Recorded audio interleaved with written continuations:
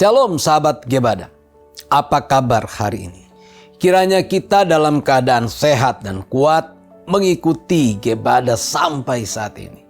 Masih bersama dengan saya Pendeta Ferry Kapoyos dari Gereja Kristen Baitani. Hari ini adalah hari ke-64 kita akan membaca kitab Ulangan pasal 13 sampai pasal 15. Sebagai orang tua bagi anak-anak, kita diberikan otoritas mengasuh mereka. Otoritas muncul dari saling menghormati, berkorban, dan melayani satu sama lain. Jika otoritas sebagai ayah atau ibu hilang, sikap anak-anak akan berubah. Namun, jika otoritas orang tua di rumah terwujud, maka otoritas dari Allah pun terwujud. Demikian juga yang dilakukan oleh Musa kepada generasi kedua umat Israel. Musa mengakui otoritas Allah di hadapan mereka dan mengajarkan kepada umat tentang siapa Allah itu. Dalam pasal 13 berisi tentang penekanan untuk tidak menyembah ilah atau Allah lain dan hanya mengikuti Tuhan Allah. Pasal ini juga bercerita tentang peringatan akan bahaya penyembahan berhala. Sebab hal tersebut bisa merusak hubungan umat Israel dengan Allah. Lalu, bagaimana cara supaya hidup sebagai umat yang kudus, yang menjauhkan diri dari berhala dan hanya takut akan Allah saja?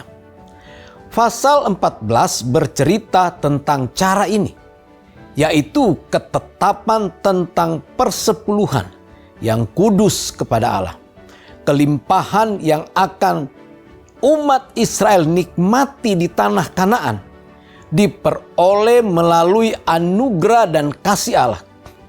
Oleh sebab itu, perpuluhan adalah hal yang wajar untuk dilakukan.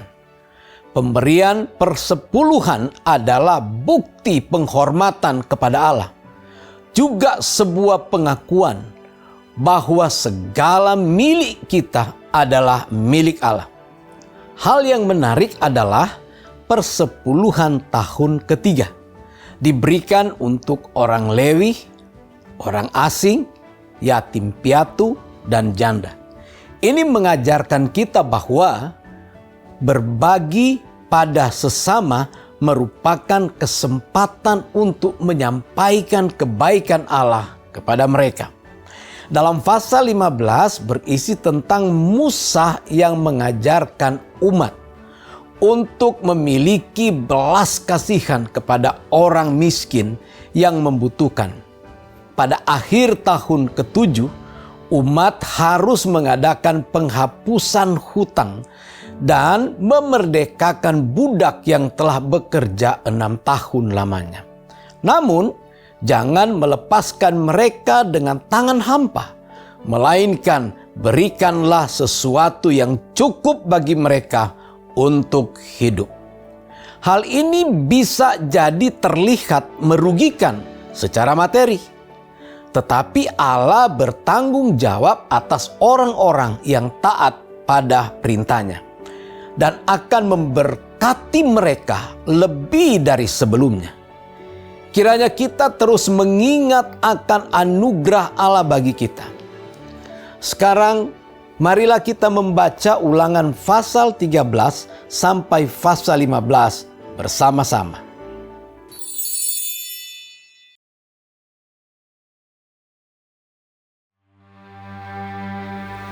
Apabila di tengah-tengahmu muncul seorang nabi atau seorang pemimpi, dan ia memberitahukan kepadamu suatu tanda atau mujizat, dan apabila tanda atau mujizat yang dikatakannya kepadamu itu terjadi, dan ia membujuk, mari kita mengikuti Allah lain yang tidak kau kenal, dan mari kita berbakti kepadanya.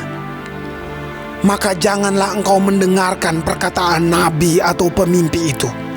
Sebab Tuhan Allahmu mencoba kamu untuk mengetahui apakah kamu sungguh-sungguh mengasihi Tuhan Allahmu dengan segenap hatimu dan dengan segenap jiwamu. Tuhan Allahmu harus kamu ikuti. Kamu harus takut akan Dia. Kamu harus berpegang pada perintahnya. Suaranya harus kamu dengarkan. Kepadanya harus kamu berbakti dan berpaut.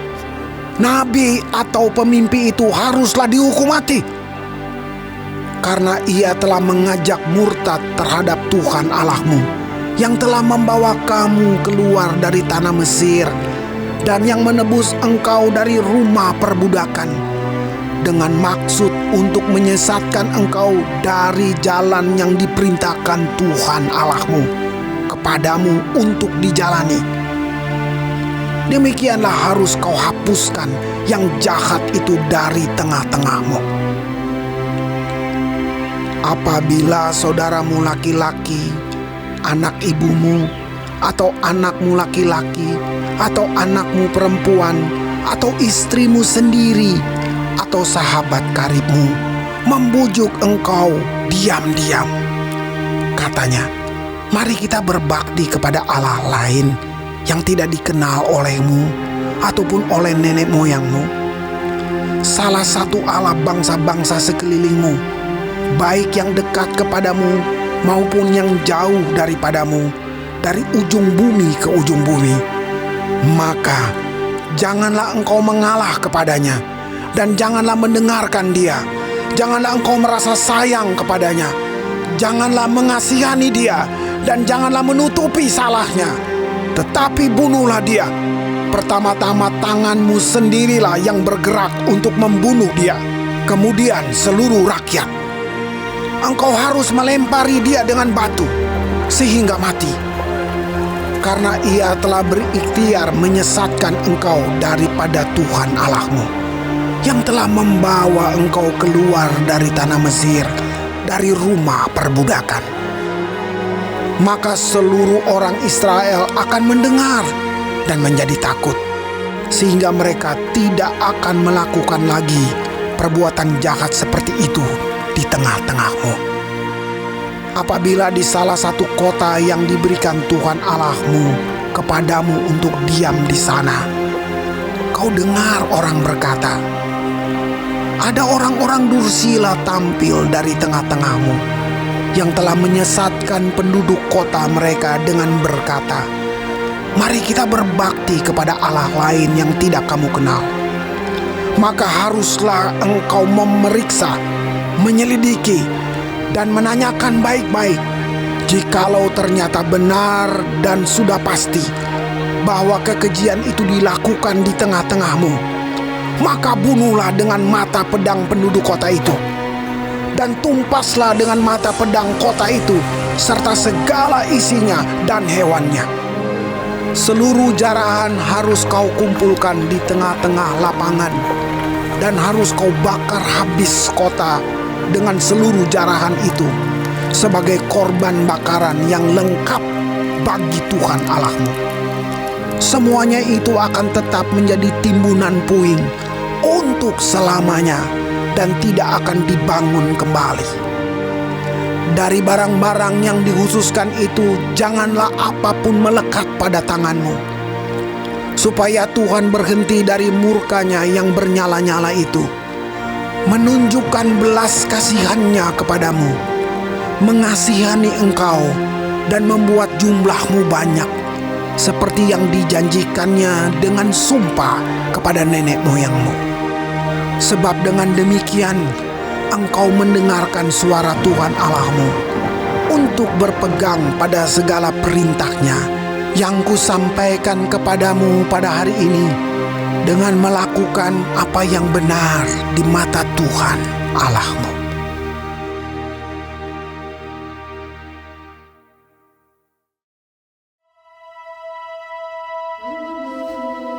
Kamulah anak-anak Tuhan Allahmu. Janganlah kamu menoreh-noreh dirimu ataupun menggundul rambut di atas dahimu karena kematian seseorang. Sebab engkaulah umat yang kudus bagi Tuhan Allahmu, dan engkau dipilih Tuhan untuk menjadi umat kesayangannya dari antara segala bangsa yang di atas muka bumi. Janganlah engkau memakan sesuatu yang merupakan kekejian. Inilah binatang-binatang berkaki 4 yang boleh kamu makan: lembu, domba dan kambing, rusa, kijang, rusa dandi, kambing hutan, kijang gunung, lembu hutan, dan domba hutan.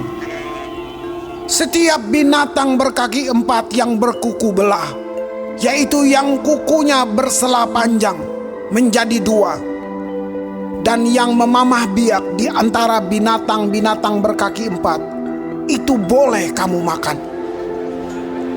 Tetapi inilah yang tidak boleh kamu makan dari antara yang memamah biak atau dari antara yang berbelah dan bersela kukunya: unta, kelinci hutan, dan marmot, karena semuanya itu memang memamah biak, tetapi tidak berkuku belah. Haram semuanya itu bagimu. Juga babi hutan, karena memang berkuku belah, tetapi tidak memamah biak. Haram itu bagimu. Daging binatang-binatang itu janganlah kamu makan, dan janganlah kamu terkena bangkainya. Inilah yang boleh kamu makan dari segala yang hidup di dalam air. Segala yang bersirip dan bersisik boleh kamu makan. Tetapi segala yang tidak bersirip atau bersisik janganlah kamu makan. Haram semuanya itu bagimu. Setiap burung yang tidak haram boleh kamu makan.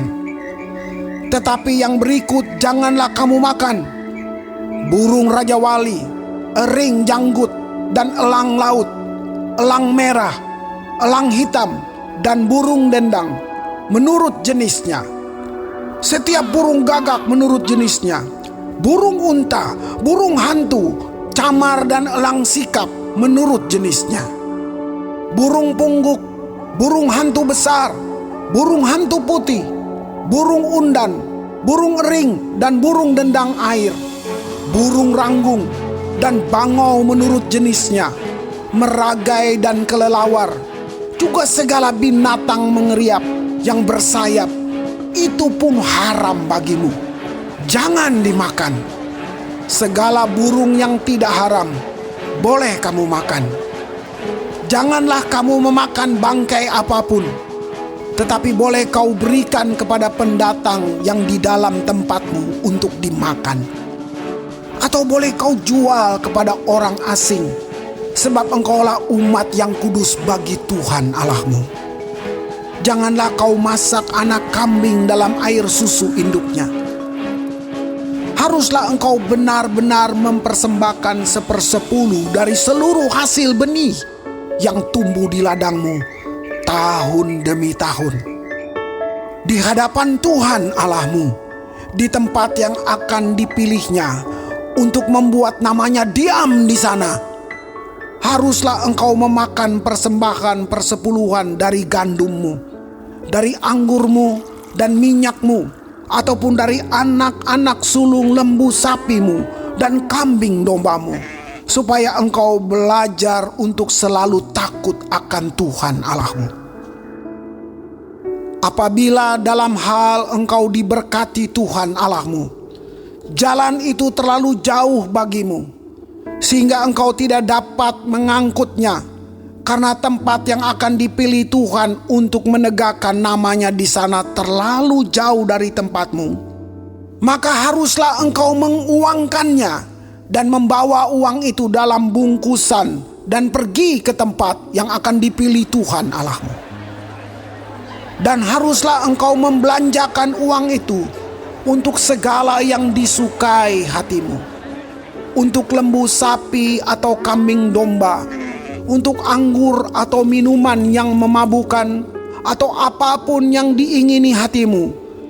Dan haruslah engkau makan di sana di hadapan Tuhan Allahmu, dan bersukaria engkau dan seisi rumahmu. Juga orang Lewi yang diam di dalam tempatmu, janganlah kau abaikan, sebab ia tidak mendapat bagian milik pusaka bersama-sama engkau. Pada akhir 3 tahun, engkau harus mengeluarkan segala persembahan persepuluhan dari hasil tanahmu dalam tahun itu dan menaruhnya di dalam kotamu. Maka orang Lewi, karena ia tidak mendapat bagian milik pusaka bersama-sama engkau, dan orang asing, anak yatim, dan janda yang di dalam tempatmu akan datang makan dan menjadi kenyang, supaya Tuhan Allahmu memberkati engkau di dalam segala usaha yang dikerjakan tanganmu.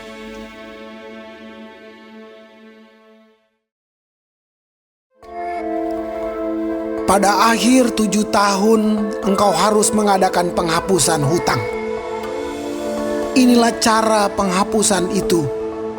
Setiap orang yang berpiutang harus menghapuskan apa yang dipinjamkannya kepada sesamanya. Janganlah ia menagih dari sesamanya atau saudaranya, karena telah dimaklumkan penghapusan hutang demi Tuhan. Dari seorang asing boleh kau tagih, tetapi piutangmu kepada saudaramu haruslah kau hapuskan. Maka tidak akan ada orang miskin di antaramu, sebab sungguh Tuhan akan memberkati engkau di negeri yang diberikan Tuhan Allahmu kepadamu untuk menjadi milik pusaka. Asal saja engkau mendengarkan baik-baik suara Tuhan Allahmu dan melakukan dengan setia segenap perintah yang kusampaikan kepadamu pada hari ini. Apabila Tuhan Allahmu memberkati engkau seperti yang dijanjikannya kepadamu, maka engkau akan memberi pinjaman kepada banyak bangsa, tetapi engkau sendiri tidak akan meminta pinjaman. Engkau akan menguasai banyak bangsa, tetapi mereka tidak akan menguasai engkau. Jika sekiranya ada di antaramu seorang miskin, salah seorang saudaramu di dalam salah satu tempatmu, di negeri yang diberikan kepadamu oleh Tuhan Allahmu, maka janganlah engkau menegarkan hati ataupun menggenggam tangan terhadap saudaramu yang miskin itu. Tetapi engkau harus membuka tangan lebar-lebar baginya dan memberi pinjaman kepadanya dengan limpahnya, cukup untuk keperluannya seberapa ia perlukan. Hati-hatilah supaya jangan timbul di dalam hatimu pikiran dursila. Demikian, sudah dekat tahun ke-7, tahun penghapusan hutang, dan engkau menjadi kesal terhadap saudaramu yang miskin itu, dan engkau tidak memberikan apa-apa kepadanya. Maka ia berseru kepada Tuhan tentang engkau, dan hal itu menjadi dosa bagimu. Engkau harus memberi kepadanya dengan limpahnya, dan janganlah hatimu berduka cita apabila engkau memberi kepadanya.